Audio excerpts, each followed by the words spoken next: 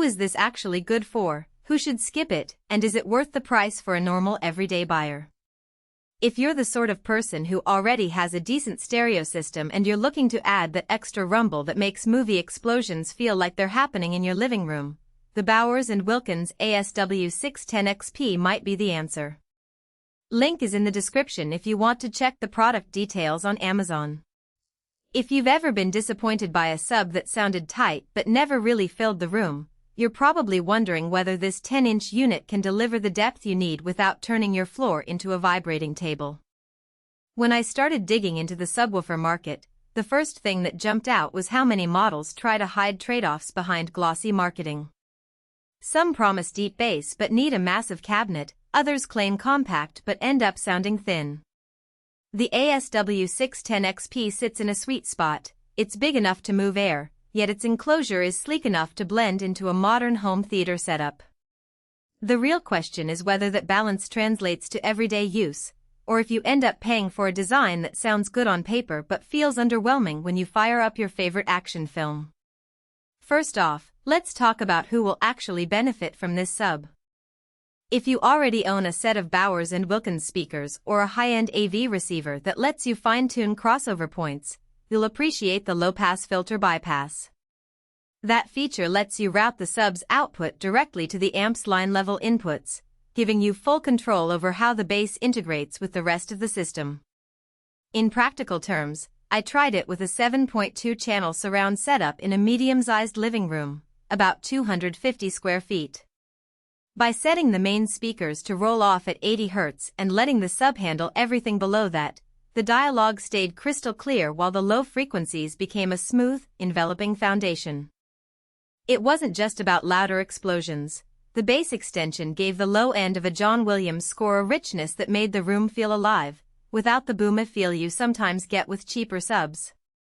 On the other hand, if you're a casual listener who streams music on a Bluetooth speaker or watches movies on a TV with built-in sound, the ASW 610XP might be overkill. You'll need an external amp or a receiver that can actually power the sub properly. The unit draws a fair amount of power, and while it will run on a typical home theater receiver, you'll notice the difference most when you push the volume past 70%. If you never go beyond a moderate listening level, you'll be paying a premium for a capability you never use. In that sense, the sub is better suited for a dedicated home theater or a listening room where you can actually hear the nuance. Now, let's look at the practical strengths that set this sub apart from the competition. The bass roll-off alignment is a subtle but important piece of engineering. Instead of a hard cutoff that can make the bass feel abrupt, the roll-off is gently sloped, which means the transition from the main speakers to the sub is almost seamless. I noticed this most when playing a live concert recording that featured a deep bass drum. The low frequencies blended into the mids without a noticeable dip, keeping the energy consistent across the entire spectrum. That kind of integration is something you can't fake with a simple on-off sub. It requires careful alignment that B&W has clearly thought about. Another real-world advantage is the cabinet design. The black finish is understated, and the front grille is removable without tools, making it easy to position the sub where you need it most, whether that's tucked under a couch, placed on a dedicated stand, or even mounted on a wall with the optional brackets. In a home theater I helped set up for a friend, the sub was positioned behind a couch where the floor space was limited. Because the cabinet doesn't have a massive front baffle, the bass still radiated effectively, filling the room without the need to crawl underneath it for adjustments. That kind of flexibility is a hidden trade-off you often overlook until you actually try to fit the sub into a cramped space. Of course, no product is without weaknesses. The biggest practical drawback I found is the lack of a built-in phase switch.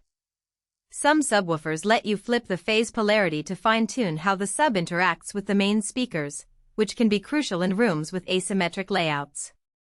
Without that switch, you're forced to rely on the receiver's phase settings, which may not be as precise. In a small apartment where the sub was placed against a wall and the main speakers were on opposite sides, I did notice a slight hollow spot when the bass hit certain frequencies. Adjusting the crossover point helped, but it required a bit more trial and error than I'd like. Another point to consider is price. Bowers & Wilkins is a premium brand, and the ASW 610XP carries a price tag that reflects that heritage.